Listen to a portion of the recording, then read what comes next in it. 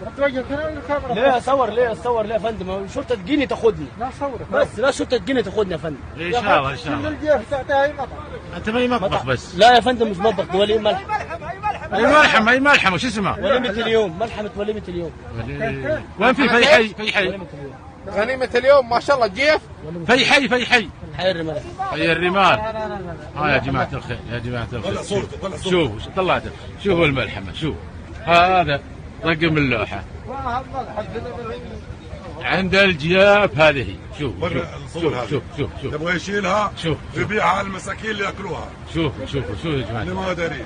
شوف बिस्मिल्लाहिर्रहमानिर्रहीम, अस्सलाम वालेकुम। मेरे खारजी भाई जो पाकिस्तानी हैं, इंडियन है, बंगाली हैं, उनसे अपील है कि वो बखूबी सऊदी अरब के कवानीन के मुतल्लिक जानते हैं जो इधर मुकीम हैं।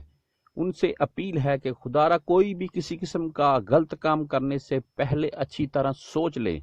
ये लोग आपको पकड़ ज़रूर लेंगे, चाहे कुछ दिन बाद ही पकड़ें।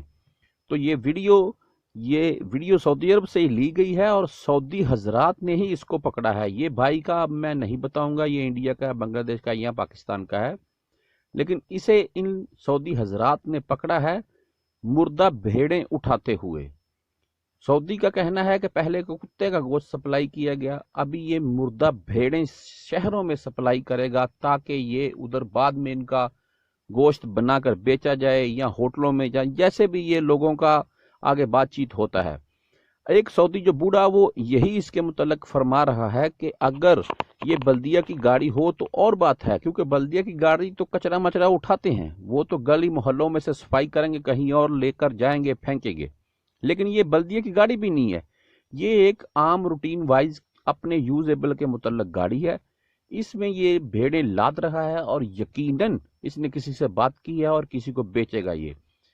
तो बात करने का मकसद इधर यही है, अगर आप किसी अपनी गाड़ी में जाकर कोई किसी किस्म की ऐसी चीज उठाते हैं, खाली बेड़े ही नहीं, कोई और केबल वगैरह हो गई या कोई और ड्रम वगैरह हो गया या कोई और चीज पड़ी हुई उठाएंगे, तो आपको लाजमी नहीं है पुलिस देखेगी तो वो रोकेगी, आपको कोई सऊदी भी देखेगा ना तो वो रोकेगा, क्योंकि भाई ये मोबाइलों का दौर है। उसी वक्त मोबाइल से सऊदी हजरात वीडियो बनाते हैं और नेट पर शेयर करते हैं, और उनकी ये वीडियो बहुत जल्द ही बड़े आला हुकाम जो सऊदी अरब में मुकीम हैं उन तक पहुंच जाती है, और फिर वो उस आदमी को ज़रूर पकड़ते हैं अगर वो उस टाइम बच भी जाए।